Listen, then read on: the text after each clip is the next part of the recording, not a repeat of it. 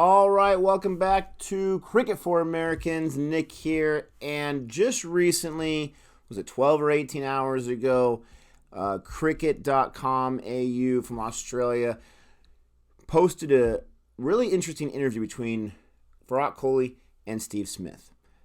King Kohli, smudge.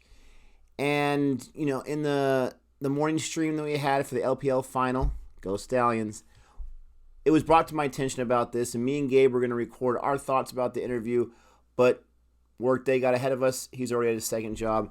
So I just wanted to share some of my thoughts, my reactions, my comments to the interview that I watched between these two. If you have not seen it yet, it is on the cricket.com AU YouTube channel. I'm sure it's in many other places as well. And it's like a TV show. It's 30 minutes long, but it's very, very entertaining. There's a lot of things they have. Just a stack of cards of questions. I'm not sure if it was Cricket.com that came with the questions or they came with their own questions. They had them one by one. So Steve Smith would ask Virat Kohli would ask Steve Smith. It's apparent that these guys know each other very well. They're both at the top of their games. They're both some of the best batsmen in the world. They've played in the IPL internationally. And so it seems like they definitely have a chemistry there, a comfort level with each other. But they ask each other questions. Questions as early as back here and back. I'm not going to go through question by question. I'm just going to share some of my thoughts. I have a few notes written down. Just some things that stood out to me that I wanted to share. If you're new to Cricket for Americans, we are Americans that are learning about cricket. We've been doing this for about a year and a half now. We're going to keep going. Don't forget to like and subscribe. And this is a great video going into today's first match, day one, match one, India-Australia test, which we'll be streaming most of it on CFA Nation. So go ahead and join us for that. So the first thing, and this is in no particular order, the first thing I wrote down is that Kohli had, they both said a lot of stuff.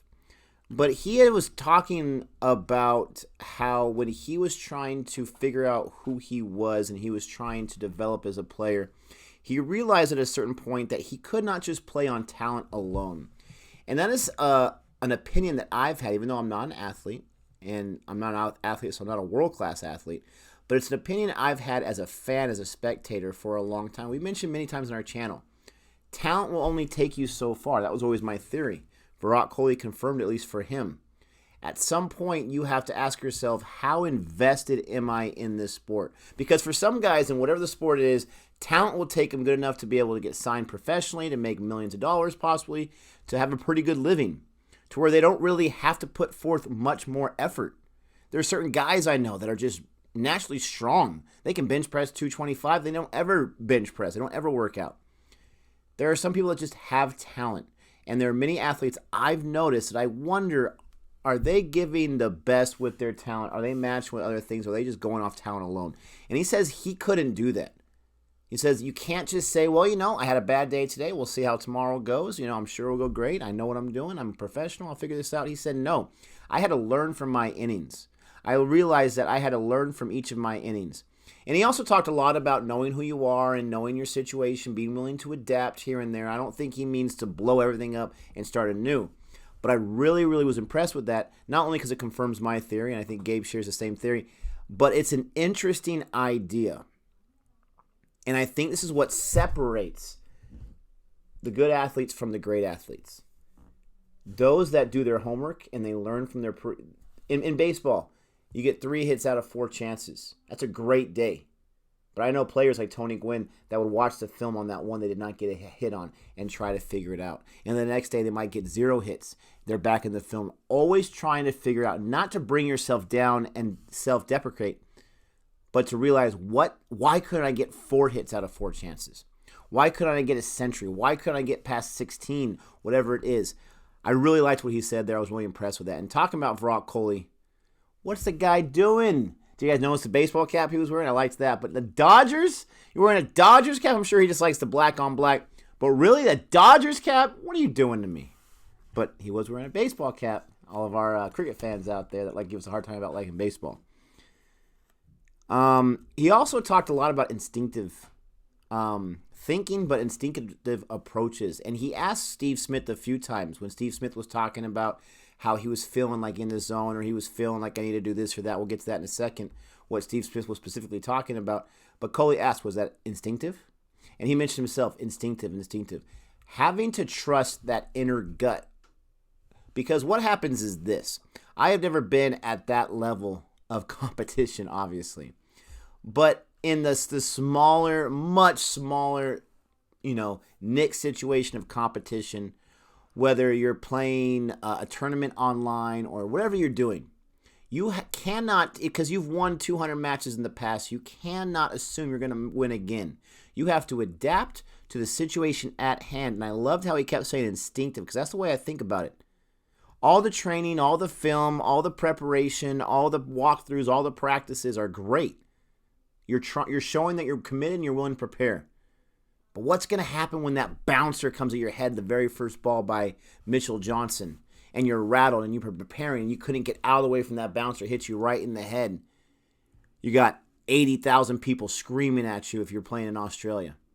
You got world-class bowlers. And yeah, you've got the talent, you belong, but what are you going to do in that situation? You have to be willing to adapt, react, but also trust your instincts. And I love that he said that, because I think that's, again, I've always thought that's got to be true. Talent will take you so far, preparation will take you so far, but when you're in that moment, some people freeze and some people perform. Some people succeed because they're willing to not be afraid to listen to that instinct. It's what we tell our students all the time. If they come multiple choice, they're not sure. I always ask them, what was the first thing you thought was the actual answer? Because more than likely, your instincts are correct. Trust your gut. Trust your instincts. Usually, it's going to serve you well. And Steve Smith completely agreed with that. He said, yes, you've got to trust those instincts. And he mentioned about one innings where it was a question, I think it was 2013 against England, where he had changed his approach in the middle of that. And he said himself, I like to go mid-wicket. I like to have, I just recently had my bat up a little bit, but I wasn't able to get enough on it, and they were throwing it at me in a certain way where I wasn't able to get much power. So I kind of changed my approach so I can get more power and more weight behind those hits, and they were starting to fall. So I thought that was really cool about the instinctive thinking. They talked about Smith being a full-time batsman. It always boggles my mind when people say, hey, do you know that he used to be a leg spinner? That's how he came up as a leg spinner.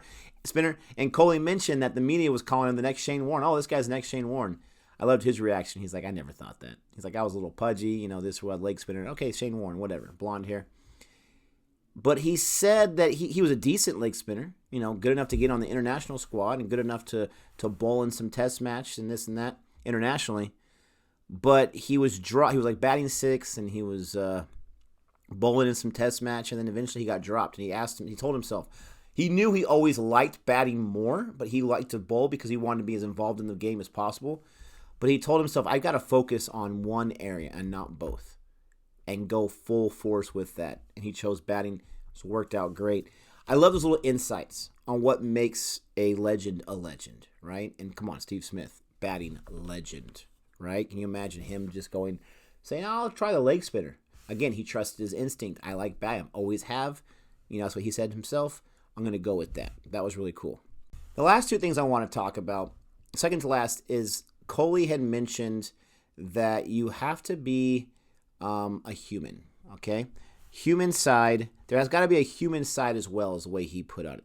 Be a competitor on the field. Be ruthless on the field. We've seen Kohli. I've gone after him many times. Not gone after him, but I've mentioned many times in my comments I don't like his aggressive leadership style, and I still hold to that. But he said be a competitor on the field, but away from the field, be a human. Show that human side.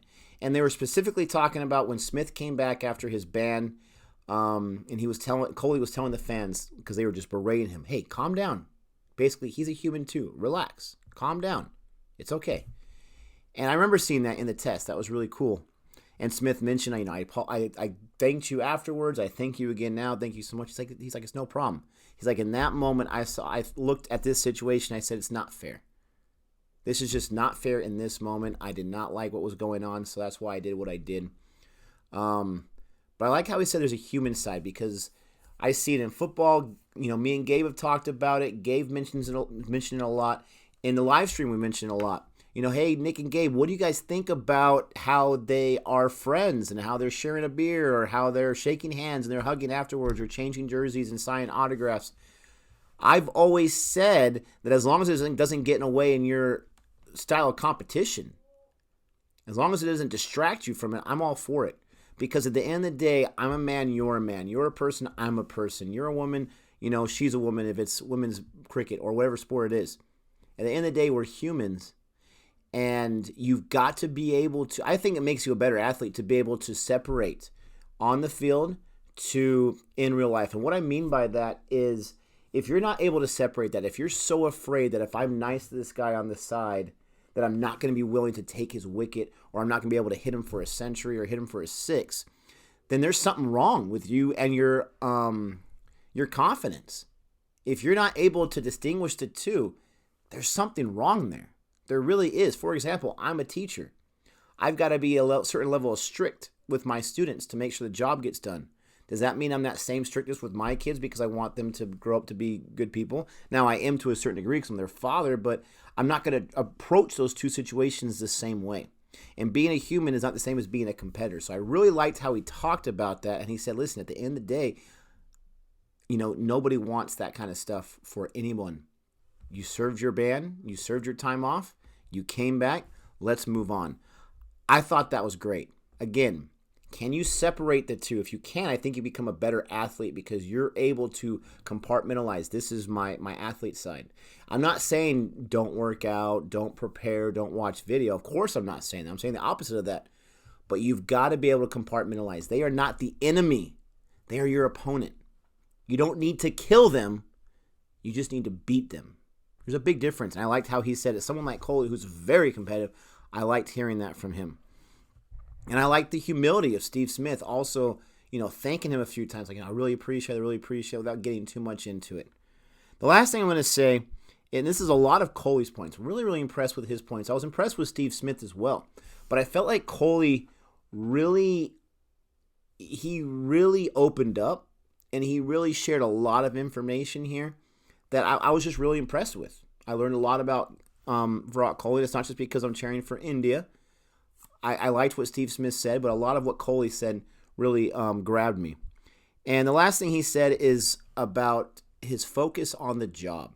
And this ties in perfectly with people like myself and Gabe and Jody and anyone else that is on this channel or any YouTube channel that talks or any media outlet that talks about cricket and sports. We have a tendency all the time to be very critical, to be very cynical. And to tell them, you need to stop this, you need to pick up this guy, you need to play this guy, you need to do better, you need to go back in the weight room, whatever it is, we are very prone to do that. But I love what he said. He said, listen, this is a job. I'm going to give everything I have for my teammates, for my country, for myself, for everyone that's involved that wants to see me do good. I'm going to do everything I can for them. But I'm not going to listen to the expectations. I'm not going to listen. I get a double century, now they want a triple century. I'm not going to listen to that noise because it's going to drive me crazy and I'm going to be you're never going to reach where you're chasing, where you're going. And it's true. If you listen to everybody else's expectations for you, but you know what you want, you know what you can do, and you know what your goals are, really doesn't matter. And this is the cold hard facts. People that are giving those expectations like me, I don't know Virat Kohli. I've never been invited to his house, never met his family. Why should he have to listen to my advice? He shouldn't. Now I'm going to keep giving it because it's good for the channel. It's how I am as a sports fan. But I don't honestly think that they're going to listen to my voice and change their whole approach because I said so. I don't think I want that kind of power. And be honest, when I'm being hard and being critical on Virat Kohli, I'm being completely honest. But I'm being very critical because I help run a cricket channel on YouTube. And I want to better understand the situation. And I feel like if I see something I don't like, I'm going to say it. And I'm going to have the interaction with the audience. That's how we do things at Cricket for Americans. How we do things to be entertaining. We do things to make each other laugh. Okay? But there's no part of me that wants to think. No audacity in my mind that thinks that Kohli's going to change everything because I say it. And even Gabe's not going to admit that, even though he would say on the air, of course they should change because I say it. That's tongue-in-cheek. I love how Kohli doesn't have those expectations. That's a very important thing in any aspect of life, especially if you're a superstar like him. You can't listen to everybody else's expectations. You can only have your own expectations and fight hard for those. And based on his answers, I would say that he is someone that is very much passionate and very much involved. And I liked hearing about, I think Jahari, he said he's very excited to see. He thinks he's a great cricketer. It was really cool to watch this interview. I liked hearing about Steve Smith and, deciding to become a full-time batsman. I liked hearing about how they both got started, just kids playing. His dad said his dad would bowl to him every single day. And said he was a pace bowler at 14 until he realized he can't really do that too much, so he became a leg spinner. He had mentioned that being a leg spinner is so difficult. You have to focus so much and practice so much that eventually he wasn't willing to do that. He didn't want to lose his talent as a batsman. I loved everything about this interview. Very, very informative. Didn't love the Dodgers hat. Come on, man. Didn't love that. But everything else was cool. I'm excited to watch the first several hours of tonight's first day, the first innings. Super excited for that. The question is, what did you guys take away from this interview? What were your favorite parts? These are just some of the favorite things I had. I didn't mention everything that happened in the interview. Let me know what your favorite parts are. Don't forget to like and subscribe. And don't forget to check us out for the test match. Check us out when the game starts to see if we're streamed. More than likely will be for at least a portion of it. But with all that being said, thank you for watching. And until next time, adios.